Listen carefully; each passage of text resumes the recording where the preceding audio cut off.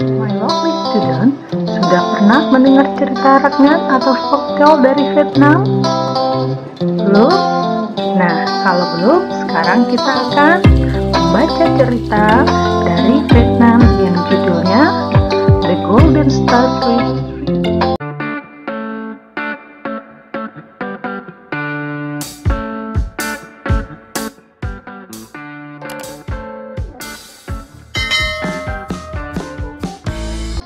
My lovely student, sudah pernah mendengar cerita rakyat atau folktale dari Vietnam?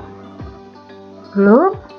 Nah, kalau belum, sekarang kita akan membaca cerita dari Vietnam yang judulnya The Golden Starfruit Tree. Jadi, pohon belimbing emas.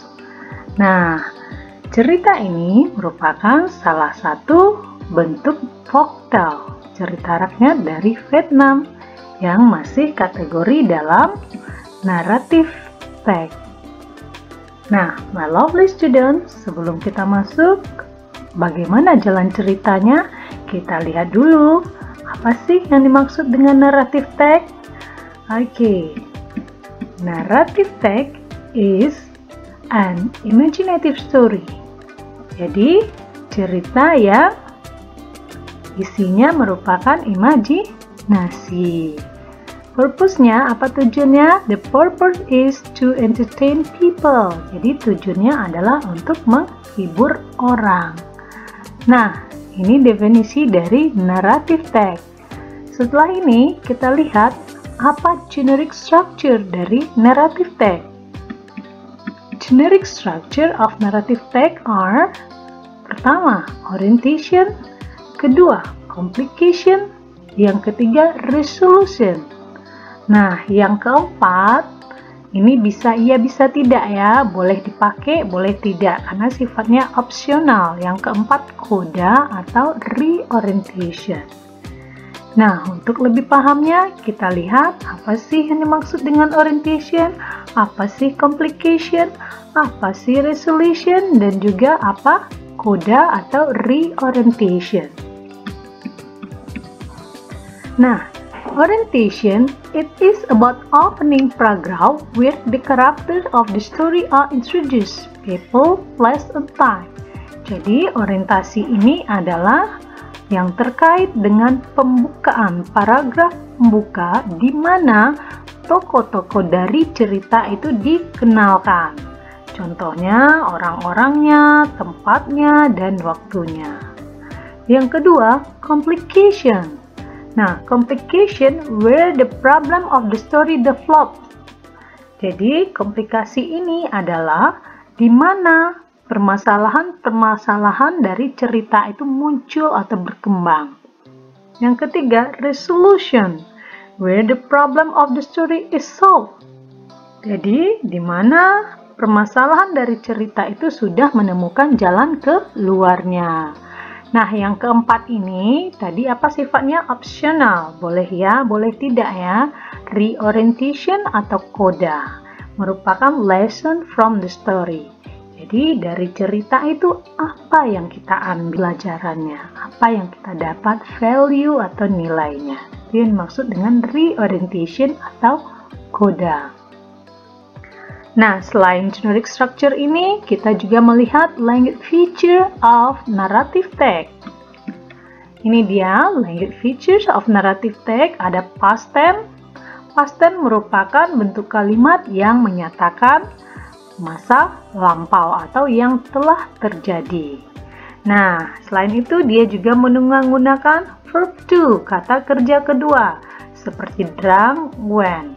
Drunk ini bentuk pertamanya drink, when ini bentuk pertamanya go. Jadi di dalam narrative text kita menggunakan kata kerja bentuk kedua karena banyak berhubungan dengan past tense bentuk kalimatnya.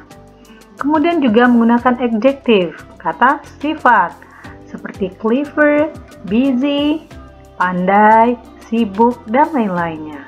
Nah, yang paling sering kita lihat adalah adverb of time. Keterangan waktu, pasti sering ya ketika melihat legenda atau cerita rakyat dengan menggunakan waktunya seperti ini. Once upon a time. ya. Kemudian one day, suatu hari.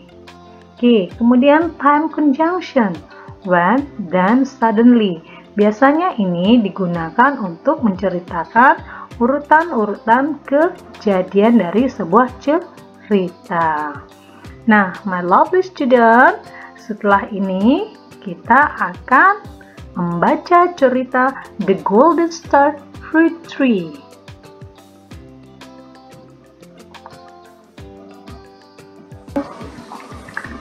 The Golden Star Fruit Tree.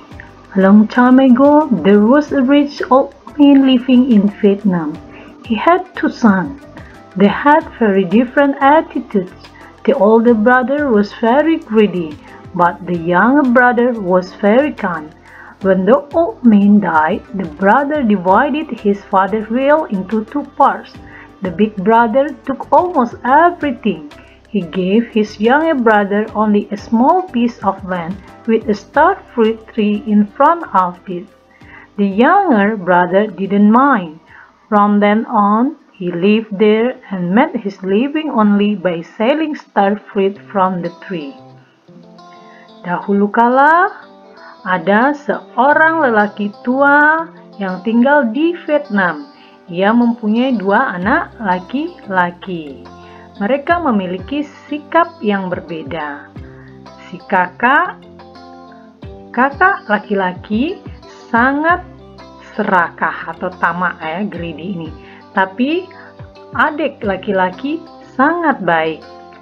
Ketika lelaki tua itu meninggal, dia membagi si kakak membagi kekayaan ayahnya menjadi dua bagian.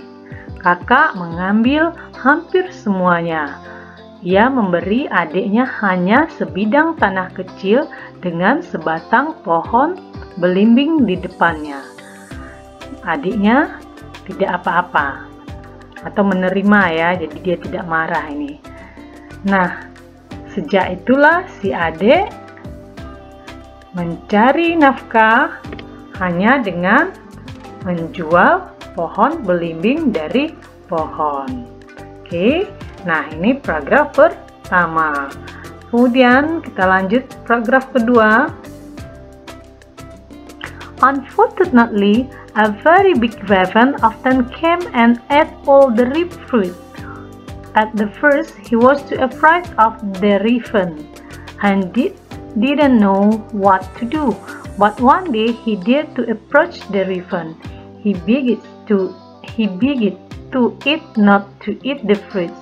If you eat the fruits, I will have nothing to sell the market, and my family will starve. Sayangnya, seekor burung gagak yang besar sering datang dan memakan buah-buah yang matang. Pertama, dia sangat ketakutan dengan burung gagak, dan dia tidak tahu apa yang mau dia lakukan. Tapi suatu hari dia mencoba mendekati burung gagak. Dia memohon untuk tidak memakan buah-buahan. If you eat the fruit, katanya, jika kamu makan buah-buahan, saya tidak ada lagi yang akan saya jual ke pasar dan keluarga saya akan kelaparan. Surprisingly, the raven was not angry. He replied, I need the fruit too. Can I have them and I will play you with the gold. Bring a 1 meter long bag and I will bring to a place full of gold and you can fill the bag full with the gold. The younger brother then told his wife to make a 1 meter long bag. When the bag was done, he climbed on the raven's back and they flew to a place full of gold. He filled the bag full with the gold and then flew back home on the raven's back. From then on, the younger brother and his family could live happily in luxury. Jadi, ternyata setelah dibilang ke burung gagak tadi, ternyata burung gagak tidak marah. Dia menjawab, saya butuh buah-buahan juga. Dapatkah saya memilikinya? Dan saya akan membayar dengan emas. Bawa sebuah tas panjang 1 meter dan saya akan membawamu ke tempat yang banyak emas dan kamu dapat mengisi tas tersebut, ya, mengisi tas itu penuh dengan emas. Kemudian si adik tadi mengatakan ke istrinya untuk membuatkan tas panjang, sebuah tas panjang yang panjangnya 1 meter, ya. Kemudian ya, ketika tasnya sudah selesai, dia memanjat atau kayak apa ya, gendong memanjat ke punggung burung gagak dan mereka terbang ke tempat yang penuh dengan emas. Dia mengisi tas tersebut dengan emas, penuh dengan emas, ya. Kemudian mereka terbang balik ke rumah, masih tetap di punggung gagak tadi, ya. Setelah itu, sejak itu si adik tadi dan keluarganya dapat hidup bahagia dengan penuh kemewahan. Nah, kita lanjut bacanya. On the commemoration of his father died, he invited his older brother to come to his house. Thinking that his brother had a poor house, the big brother refused to come, but because his younger brother insisted, he and his wife finally decided to come. When they got to the youngest brother's house, they were surprised to see that he was now very rich. Jadi, dalam rangka memperingati hari kematian ayahnya, dia mengundang kakaknya untuk datang ke rumahnya. Karena berpikir bahwa adiknya itu memiliki rumah yang jelek, ya, rumah orang miskin, ya, maka kakaknya menolak, refuse to come, menolak untuk datang. Tapi adik tetap memaksa. Dia dan istrinya akhirnya memutuskan untuk datang. Ketika mereka datang atau mereka sampai di rumah adiknya, mereka sangat terkejut. Mereka terkejut melihat bahwa adiknya sekarang sudah kaya, very rich, sangat kaya, ya. Oke, nah kita lanjut. He asked his younger brother how he had got all his wealth, and the younger brother was happy to tell him the truth. Then the greedy brother and his wife offered the younger brother to trade all their fortune for the star fruit tree. The younger brother gladly accepted the offer. Soon the older brother and his family moved to the house with the star fruit tree. When the raven came for the star fruit, the older brother made the same plan, as accepted. The raven told him to bring a 1 meter long bag.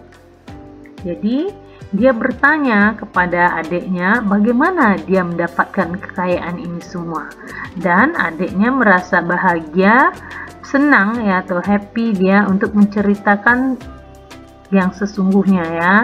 Kakaknya yang tamak dan istrinya menawarkan kepada adiknya untuk menukar, to trade, ya, untuk menukar semua kekayaan mereka dengan pohon belimbing. Adiknya senang, ya, adiknya menerima tawaran tersebut. Dengan segera kakaknya dan keluarganya pindah ke rumah yang ada pohon belimbing tadi. Ketika burung gagak datang untuk mendapatkan buah belimbing, si kakak juga membuat planning yang sama, ya, membuat tawaran yang sama. Sesuai dengan harapan, the raven, burung gagak mengatakan untuk membawa sebuah tas yang panjangnya 1 meter. Okay. Kemudian, the last paragraph. Because he was greedy, he asked his wife to make a much longer bag. When the bag was done, He climbed on the raven's back, and then they flew to the place full of gold. He filled the big bag with gold. He also brought some gold in his pocket. On the way, the load soon became too heavy for the raven. Unable to hang on, the raven swayed, and the greedy brother fell straight down to the sea with his bag and pocket full of gold. He sank very fast down the sea. The older brother finally died. He died because of his greediness. Jadi, karena ketamakannya, dia meminta istrinya untuk membuat tas itu lebih panjang. Ketika tas selesai, dia memanjat ke punggung burung gagak, dan mereka pergi ke tempat yang penuh dengan emas tadi ya. Dia mengisi tas besar itu dengan emas. Dia juga membawa beberapa emas di dalam kantongnya. Di perjalanan, karena isinya lebih, menjadikan gagak ini berat ya, terlalu berat untuk gagak. Jadi tidak memungkinkan untuk membawanya ya, untuk terbang. Kemudian raven ini, gagak itu goyang, dan kakak laki-laki yang tamak itu jatuh ke laut dengan tas dan pocket ya, dengan kantongnya yang penuh berisi emas. Dia tenggelam sangat cepat ke dasar laut. The older brother, jadi kakaknya, akhirnya meninggal. Dia meninggal karena ketamakannya.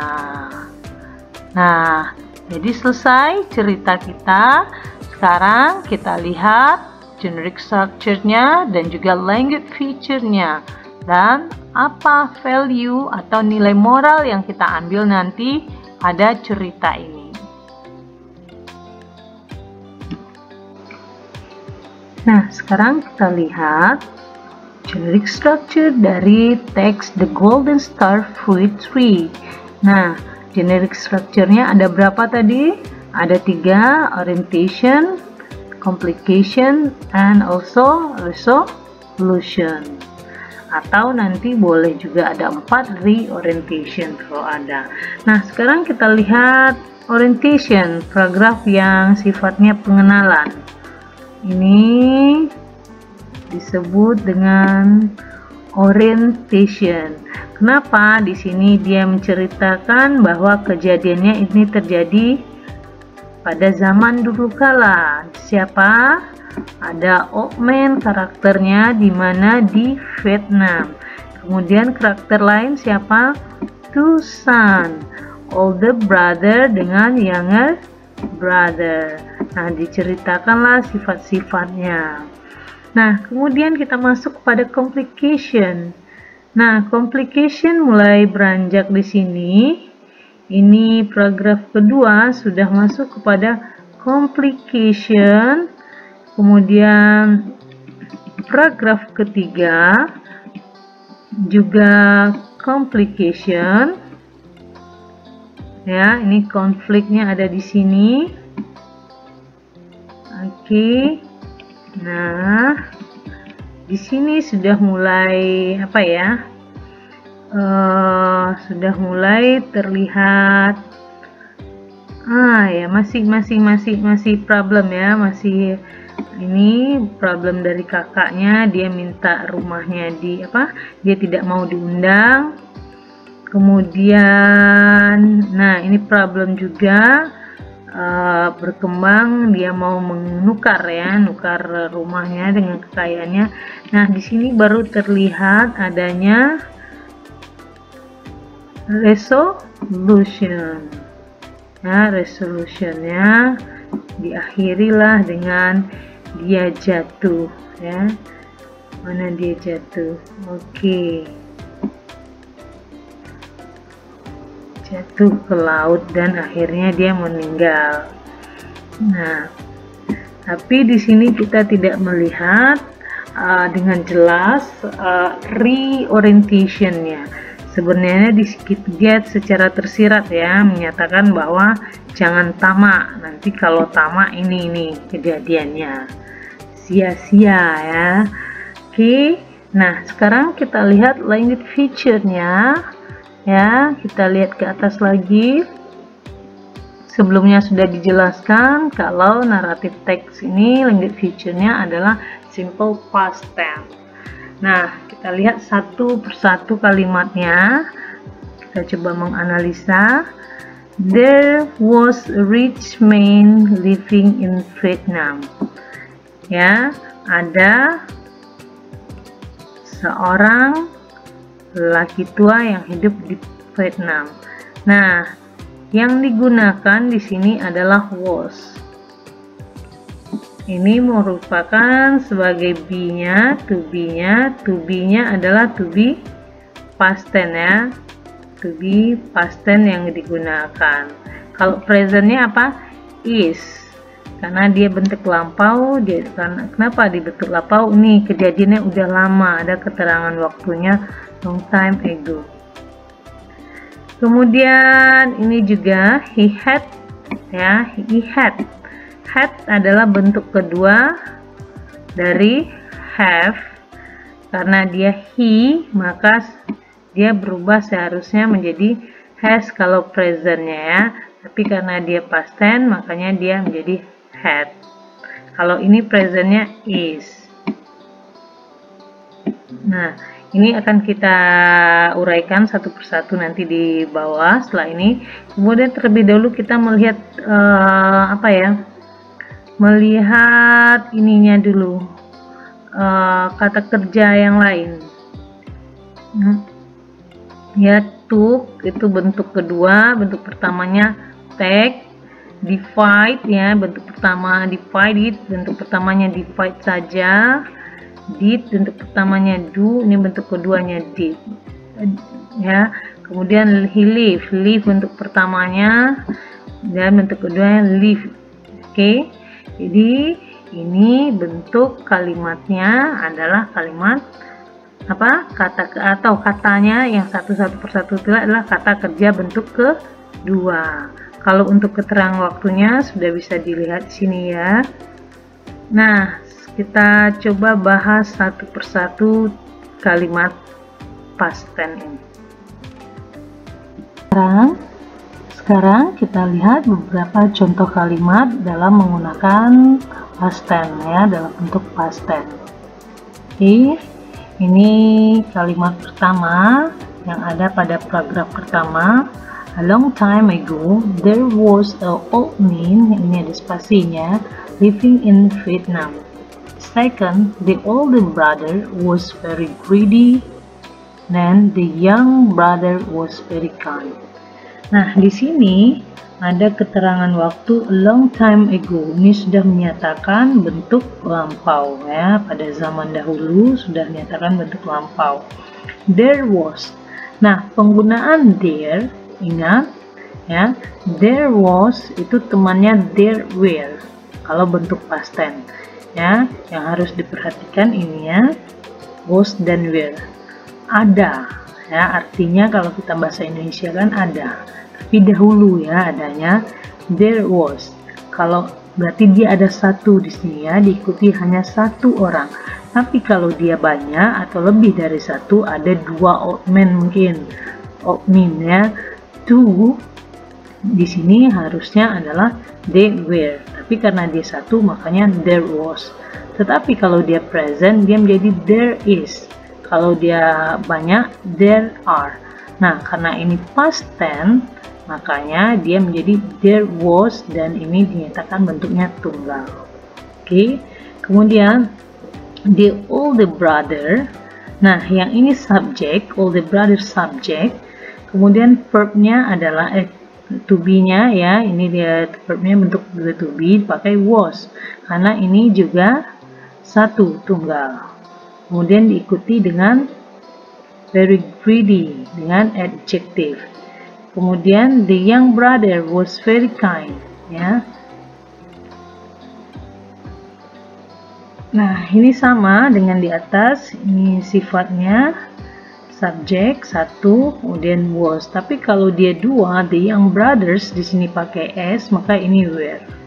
Nah, kalimat seperti ini dinamakan dengan nominal sentence dalam bentuk past tense. Jadi subjek ada be, boleh ditambah adjektif, boleh ditambah keterangan, boleh ditambah kata benda. Nah, untuk kalimat berikutnya yang kita temukan dalam teks, yang pertama, he had two sons. He had two sons. Dia memiliki dua anak laki-laki.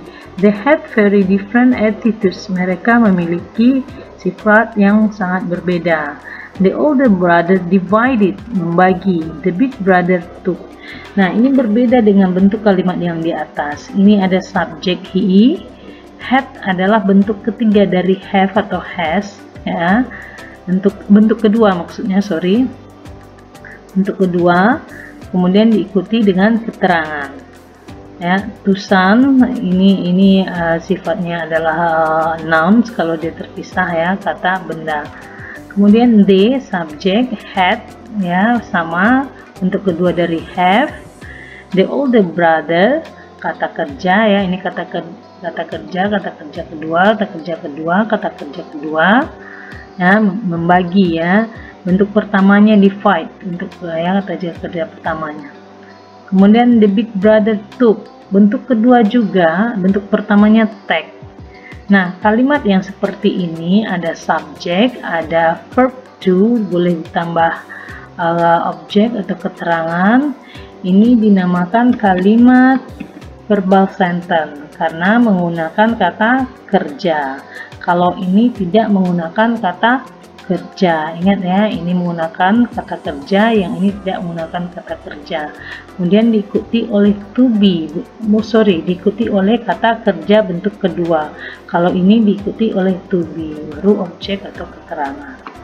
Nah, my lovely student, sampai di sini bisa dipahami simple past tense. Jika masih ada pertanyaan, silahkan diajukan di bawah di kolom komentar. Setelah itu kita akan lanjut ke bagian berikutnya. Nah, my lovely students, sampai kita di penghujung pembelajaran kita pada bab ini, yaitu my journal. Nah, di sini pada my journal ini kita akan mengisi refleksi tentang apa yang kita pahami, ya, dari pembelajaran ini. Nah, yang pertama, I have just learned to. Saya telah mempelajari tentang apa? To read, ya, to read a narrative text about apa yang sudah kita pelajari, about title, dengan judul, with the title, apa judulnya? The Golden Star Fruit Tree. Oke, kemudian apa yang dipelajari selain membaca naratif text with the title The Golden Star Fruit Tree? I also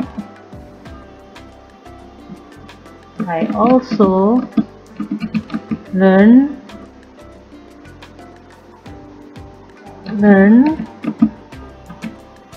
ya, I also read the narrative text with the title. Kemudian I also learn to understand the meaning of the text. Ya, terserah apa yang mau diisi, terserah. Ini jawabannya opsional, ya, boleh sesuai dengan pemahamannya masing-masing. Kemudian the activities I like most were, apa aktivitas? Nah, aktivitas yang sangat saya sukai adalah apa? Aktivitas yang sangat disukai adalah understanding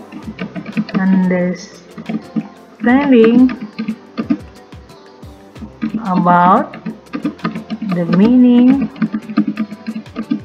of the text. Apalagi yang disukai? understanding about the meaning of the text, and knowing apa? Knowing the bad effect, ya, atau the effect aja mungkin, ya, akibat dari the effect of greedy, ya, the effect of greedy. Jadi kita tahu, memahami maknanya, kemudian tahu apa itu akibat dari kalau kita tamak. Oke, nah selanjutnya jurnal kita yang ketiga. The activities I found most difficult. Di mana kesulitannya tadi? Ayo coba. Mungkin the activity difficult, most difficultnya mungkin dalam finding the meaning some, beberapa kata, ya, mungkin kesulitannya some words, atau dan juga apalagi finding the meaning some word, kemudian apa yang paling sulit lagi, atau mungkin finding the meaning some word and finding generic structure-nya, mungkin generic structure ya, structure the text, atau apa saja yang menurut my lovely student yang susah dalam pembelajaran ini. Nah, what I need to do better, apa yang kita lakukan supaya lebih baik? Improve my mengimprove my vocabularies, mungkin apalagi selain vocabulary-nya yang ditingkatkan apa? Boleh itu saja atau boleh yang lainnya, atau mungkin mengimprove vocabularies, pronunciation-nya,